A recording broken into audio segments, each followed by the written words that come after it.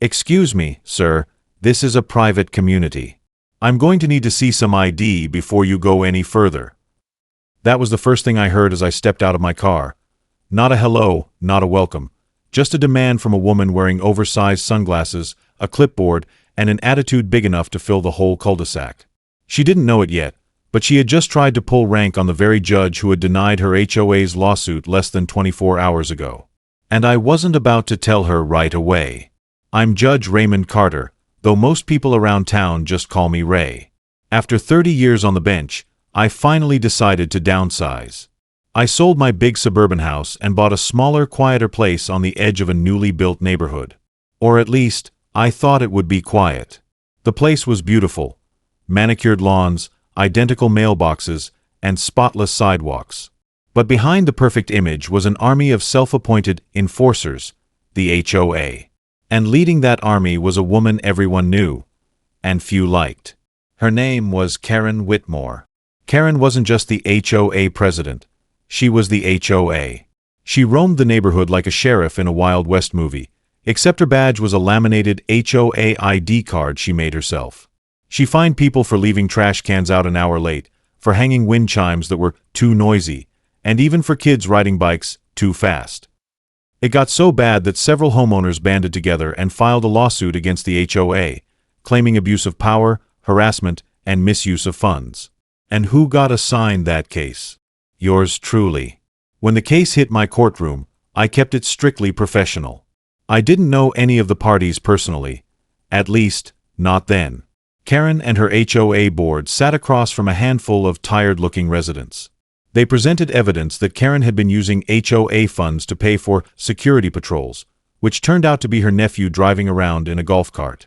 She also used the HOA credit card for landscaping supplies, which apparently included luxury patio furniture for her backyard. Her defense was that she was maintaining the beauty and safety of the neighborhood. I ruled against her, of course. The HOA was ordered to repay the misused funds. Karen was temporarily suspended from her role as president, and a third-party auditor was assigned to oversee the HOA's finances. She didn't take it well. In fact, she filed an appeal the very next day. And yesterday, I denied that appeal. Now here's where it gets funny. That same week, I finally closed on my new house, in that very same neighborhood. I hadn't made the connection at first. It was just another property on paper, another real estate deal handled by my agent. But as soon as I pulled up to the gate that first morning, there she was, clipboard in hand, barking orders at a poor delivery driver. I recognized her immediately. She, of course, had no idea who I was. I pulled my car up to the security booth. There was no guard, just Karen standing there like she owned the place. "Can I help you?" she asked, lowering her sunglasses. "Yes," I said calmly. "I'm moving into 212 Cedar Lane." Her face tightened. "That's in my neighborhood. Do you have proof of residency?" I blinked. "Proof?" "Yes," she said, crossing her arms. "We don't just let anyone in here. I need to see ID, proof of ownership, and a resident access pass." I handed her my driver's license. She squinted at it like she was examining a counterfeit bill. "Judge Raymond Carter," she read aloud. "Ah, that sounds familiar." I smiled. "It should." She frowned. "I'll need to verify this with the HOA records. In the meantime, please wait outside the gate." And with that, she stepped aside, completely unaware that the man she was trying to verify was the same man who had just signed the legal order stripping her of power. I waited there for almost 15 minutes while she made phone calls, scribbled notes, and strutted around pretending to be important. Finally, she came back. "All right, Judge Carter," she said in a condescending tone. "We'll allow you to move in, but please note that all residents must comply with HOA regulations. No unapproved exterior modifications, no loud noises, and no pets without registration." I nodded, biting back a grin. "Of course, Mrs. Whitmore. I'll be sure to read the rules carefully." She smiled smugly. "Good. Welcome to my neighborhood." "Oh, Karen. If only you knew. The next few days were peaceful enough, at first. I unpacked, met a few kind neighbors, and began to settle in. But Karen wasn't done. She left me 3 welcome packets, each filled with HOA rules, fine schedules, and pamphlets she'd clearly made herself. Then came the inspections. One afternoon, I caught her peeking over my fence. Another time, she left a warning notice on my door because my curtains were not a uniform color. It was almost impressive, the sheer pettiness. Finally, one morning, I found a bright orange violation notice taped to my mailbox. Improperly sized mailbox. Replace within 7 days or face a $250 fine. That was it. I decided to have some fun. That afternoon, the HOA had its monthly meeting at the community clubhouse. I showed up right on time, carrying my own clipboard. When I walked in, Karen's face twisted in confusion. "You're not authorized to attend this meeting," she snapped. "Oh, but I think I am," I said with a smile. "After all, I'm a resident now, and someone who's very familiar with your HOA's legal situation." She froze. Legal situation? The room went silent. I set my clipboard down and said, "Allow me to properly introduce myself. I'm Judge Raymond Carter, the one who ruled against your HOA last month, and yesterday denied your appeal." Her jaw dropped.